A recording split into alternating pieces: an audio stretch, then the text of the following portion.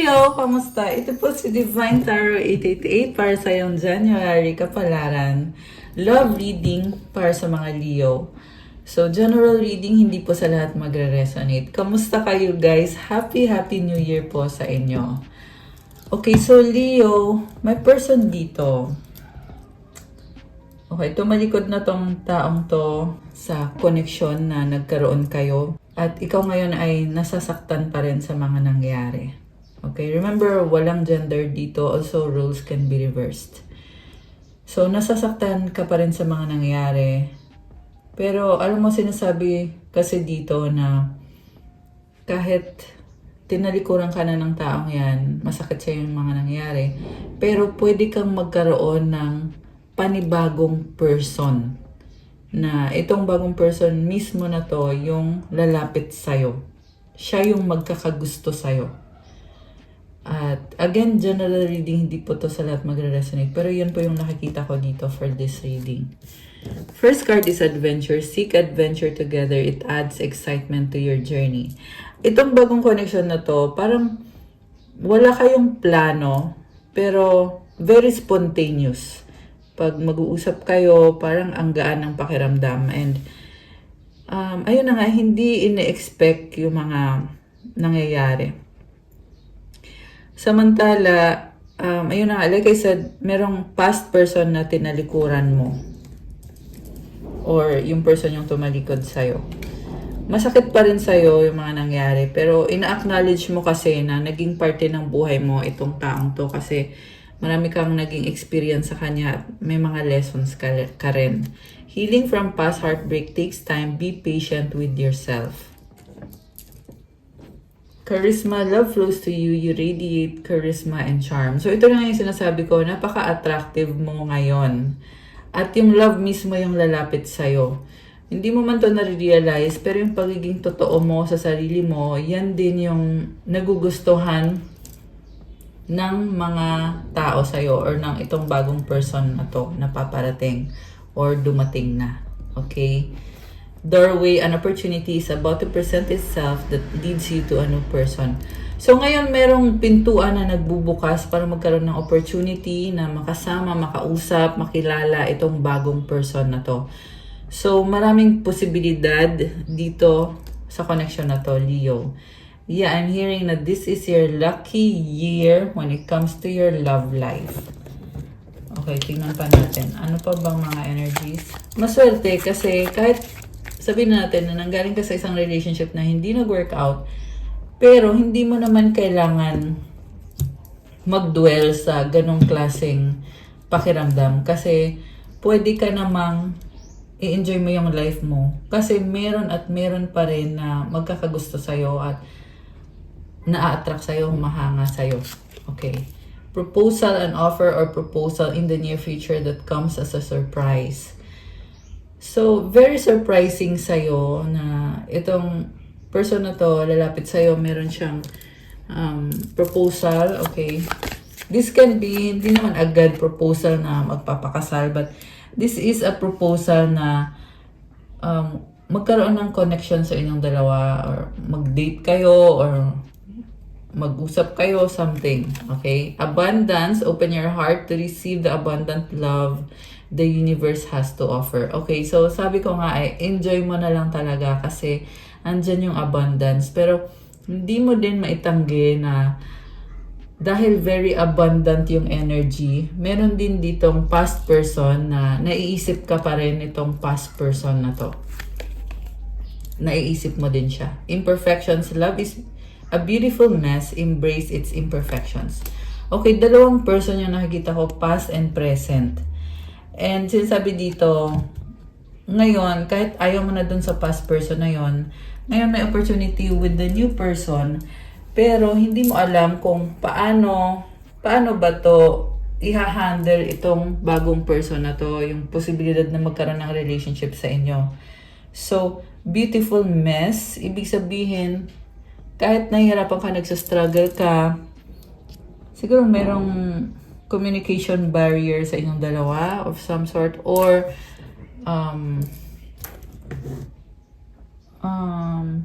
ano ba to? Basta merong something na hindi kayo tugma itong bagong person.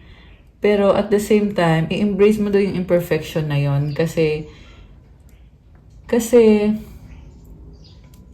still magandang connection kasi siya. So, yeah, medyo may konting struggle, pero andun yung feeling na magaan at masaya. Abundant. Individuality. Be wary of possessive partners. Maintain your individuality. Okay. Mas gusto mo maging single ngayon.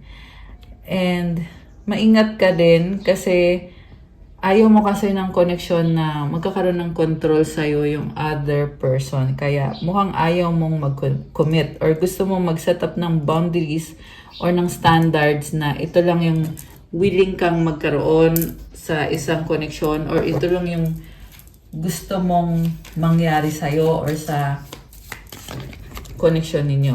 Okay. Celebrate today. Celebrate the love you share with those who matter most.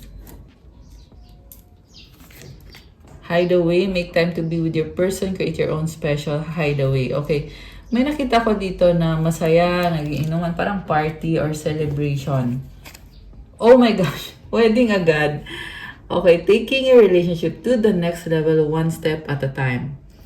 So, yung feeling mo dito sa connection na to, it could lead to a potential wedding. Kaya ka masaya sa current mo kasi nakikita mo yung sarili mo na, ayun na nga, your relationship is going up or leveling up, pero one step at a time. Hindi naman agad-agad. Kasi sabi dito, one step at a time. Pero ramdam mo yung connection na very special kung anong meron kayo. Pero at the same time, nakikita ko rin dito na in-enjoy mo lang, ayaw mo pang mag-commit. At gusto mo lang i-celebrate the fact na you have this new person or you have this new life or situation na malaya ka. Okay. Someone you wish for is coming into your life. Oh, okay. So, gusto mo ulit na magkaroon ng stable na relationship. Kaya wini-wish mo. Okay. So, at first, gusto mo ng walang commitment. Tapos, sa dulo, mukhang marirealize mo dito na pag meron kasi kayong commitment, magdadala ng healing yan sa'yo. At blessing din. So, ayan. I feel like you are weighing your options and the possibilities. Lalo na dito sa bagong connection na to. Heartbreak. Heartbreak is a part of the human experience. It will pass. Okay, anong nangyari? Tingnan natin. Together. Find joy in the simple pleasures of just being together. So, parang may hindi magandang nangyari, pero nag-create ng opportunity para to connect with this new person. So, pwede din yan, nag-share kayo about sa past person nyo, nag-share kayo dito sa bagong person na to, may pag-uusap, at andun yung hoping pa rin talaga na magkaayos. Oh, okay. I'm seeing something dito na may ibang person, aside dun sa bagong person ha, meron pang past person na nag-end na yung relationship. Pero, andun pa rin yung umaasa na sana maayos pa to, sana, actually, yung nakikita ko dito parang umaasa lang. Pero, alam mo naman sa sarili mo na mukhang malabo. Okay. Divine timing. Oh, okay. Oh, wow. So, moving to a new direction na ngayon itong bagong connection. Kasi galing ka nga dun sa hindi nag-workout na relationship. Tapos ngayon, itong bagong person, hindi mo minamadali kasi trust in divine timing, love arrives and it's meant to. So, you let things happen the way it should. Sparks, Keep the sparks flying, surprise each other with gestures of love. Very, full of sparks and masaya, very positive, full of passion, and ini-enjoy mo lang itong bagong connection, hindi mo minamadali kasi meron ka ding you are carrying a burden, and I just saw 1001, ayun, merong mga angel numbers and mirroring. So habang hinihil mo yung past heartbreak mo, dumating naman ngayon itong bagong person na nafe-feel mo na hindi mo kailangan ipilit yung sarili mo or ipilit yung mga bagay-bagay, pero talagang nag-enjoy ka. Okay. Sacrifice. Love may come with sacrifices. Evaluate what you're willing to give up. Grabe. So, marami ka din pinagdaanan dun sa past person na yon. Twin flame. Trust the magnetic pull of your twin flame. It will guide you towards them. Wow. Okay. So, alam mo, ano kita ko dito? Ano man yung magiging decision mo, Leo, there will be love para sa'yo. Okay?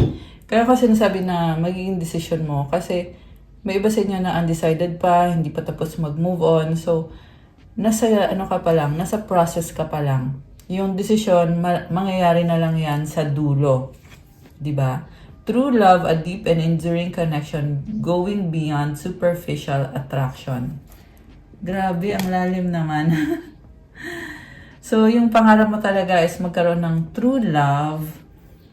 Yeah, very, yung pangarap mo is very... I'm hearing dramatic. Dramatic yung gusto mong maging relationship. Okay. So, ano pa ba? Ano pa bang meron dito sa connection na to para kay Leo? Tingnan natin, guys.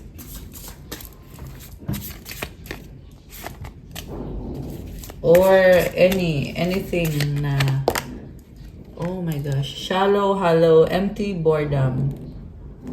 Okay.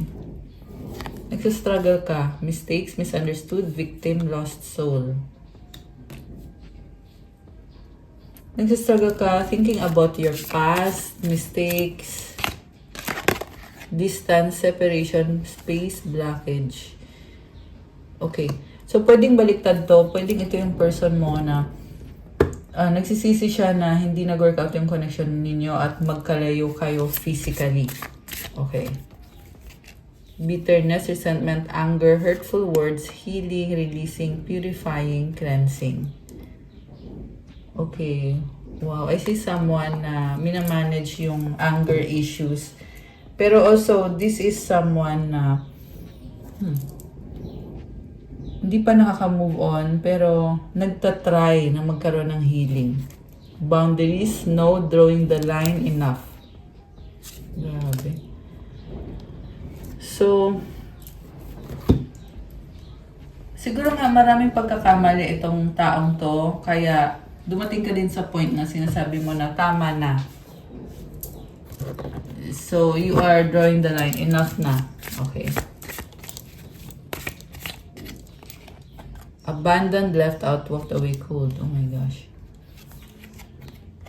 Hoping, expecting, faith, manifesting. Okay. So, kung dati kanyang iniwanan, inabandon na kanya, ngayon umaasa siya na baka maging okay pa ulit ang lahat at minamanifest niya yun. Okay. Meron ding person dito na feeling niya inabandon mo siya. Parang bumaliktad. Kung iniwanan ka niya dati, ngayon nafe-feel niya na ikaw yung nang iwan sa kanya. Obsession, infatuation, adoration, addiction. Kaya ngayon na-obsess siya sa'yo kasi na-realize niya na pwede ka palang mawala sa kanya. Ibig sabihin dati, akala niya lagi ka andyan kahit anong mangyari. Umasa siya masyado at medyo hinusgahan ka niya na wala kang ibang choice kundi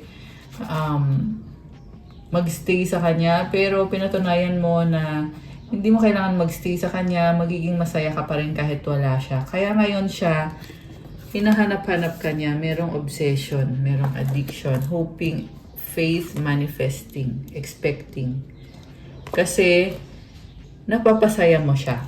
So, yun yung hinahanap-hanap niya sa buhay niya, someone na magpaparamdam sa kanya na mahalaga siya. So, sana pala hindi kanya sinayang kung ganun ka pala kahalaga sa kanya. Diba? Kung napapasaya mo pala siya, dapat hindi kanya sinaktan.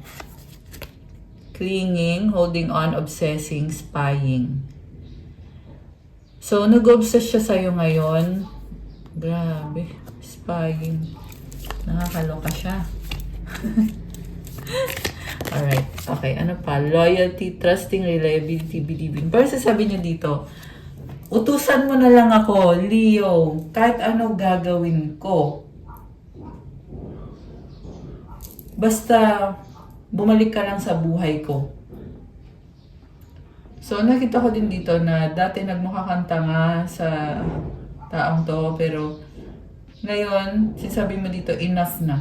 Tama na yung katangahan na yun.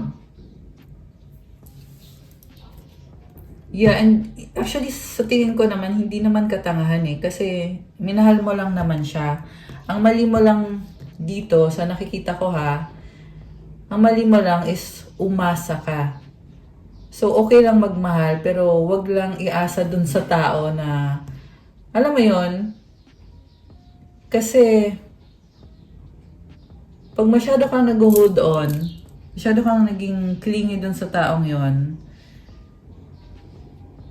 hindi nagtatagal. Hindi nagtatagal yung ganun, kasi unhealthy yun eh. So, kailangan maging independent ka pa rin. Kahit sabihin na natin na, oo, mahal mo nga siya, pinapakita mo yung pagmamahal mo sa kanya and all, loyal ka sa kanya, faithful ka. Pero, dapat independent ka pa rin at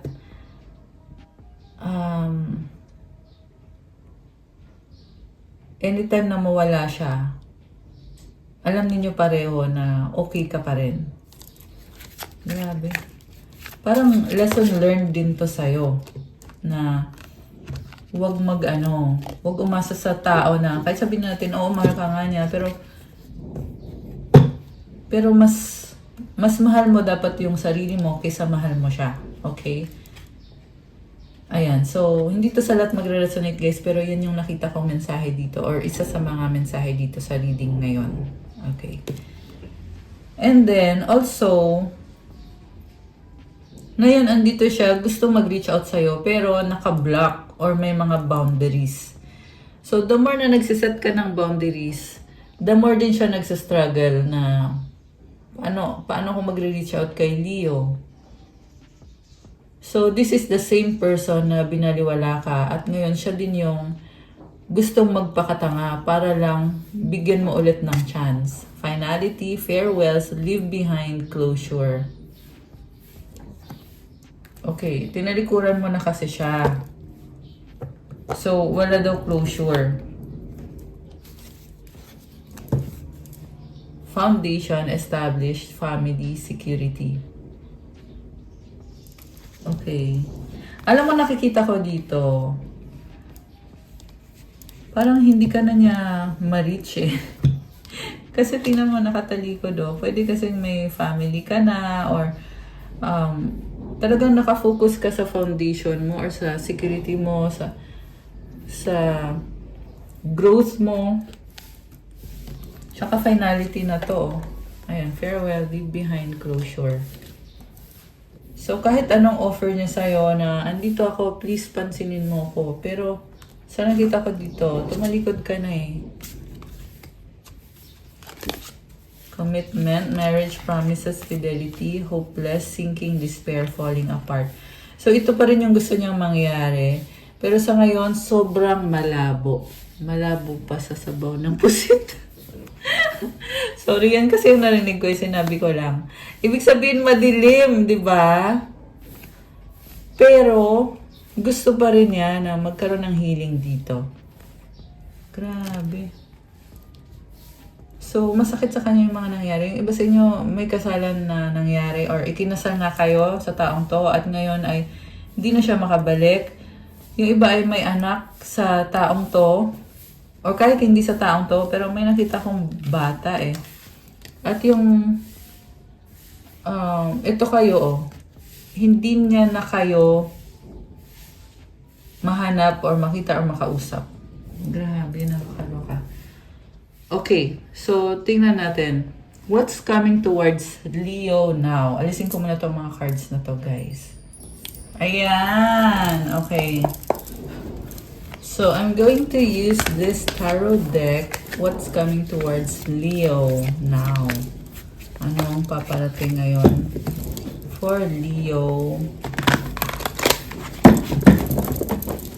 Or ano yung mga blessings kung meron man or energies connected sa'yo. Oh my gosh. Alam mo, nakita ko tong card na to bago ko nabunot. Kasi ang kahulugan nito, by the way, this is Queen of Earth. Ang kahulugan nito, mas pipiliin mo sarili mo, pipiliin mo maging practical. Okay? Earth energy is all about being grounded and focus sa kung ano yung mahalaga talaga para sa'yo. Sabi nga kanina, foundation, di ba? So, focus ka dun sa nagbibigay ng stability para sa'yo. And this is a transformational energy para sa'yo, Leo. This is actually a strong card. So, you are strong. So, hindi ibig sabihin nun na magaan ang buhay. In fact, kaya ka nga naging strong kasi nakita mo na ganito pala kahirap yung pwede mong pagdaanan or yung mga nangyari sa'yo. So, you are now gaining independence and strength. Lumevel up ka na eh. Dumating ka na sa point. Kasi queen ka na dito. Dumating ka na sa point na no one can mess with you. No one can convince you kung ano yung deserve mo. Kasi alam mo sa sarili mo na you deserve only the best. You are a queen. So, messenger of water. So, sasabi dito, you had it in you all along, Leo. All this time, malakas ka naman talaga.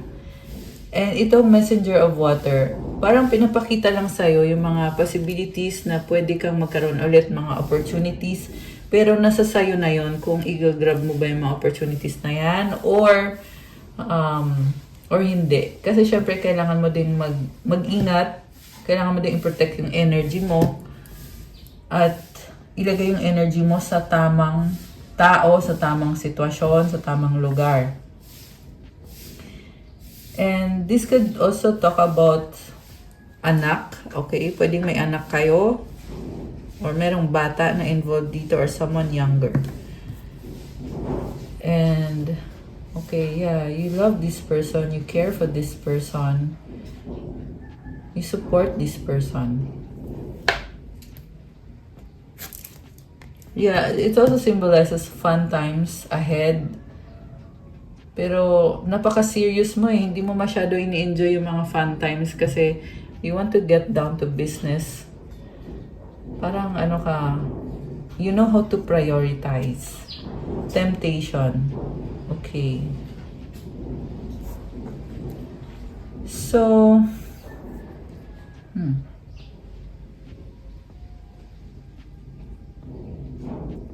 alam mo, merong, ito na, temptation. So, pwede kasi itong maging hadlang sa mga plano mo. And, nabanggit ko kanina na kailangan mo ding mamili kung nasa tamang tao ka, tamang lugar, tamang sitwasyon. Which is, ito yon. So, ayan, be intentional kung bibigyan mo ba ng oras, ng panahon, ng isang lugar, isang tao, isang bagay. Kasi kailangan mo din i-protect yung energy mo. Okay? Pero, it also symbolizes na maraming opportunities na dadating. So, ikaw ngayon yung mamimili. Alin dito? At itong temptation na to, igagrab mo ba tong temptation na to o hindi? Seven of Fire. So, alam mo, sabi dito, Leo, you are a unicorn. Ibang-iba ka. Focus ka, palaban ka, at walang makakapigil sa'yo. You have your own world, your own passion. Alam mo kung anong gusto mo, alam mo kung anong mag-workout para sa'yo. So, this is your energy for this year, for January, and for the beginning of this year. Malaya ka.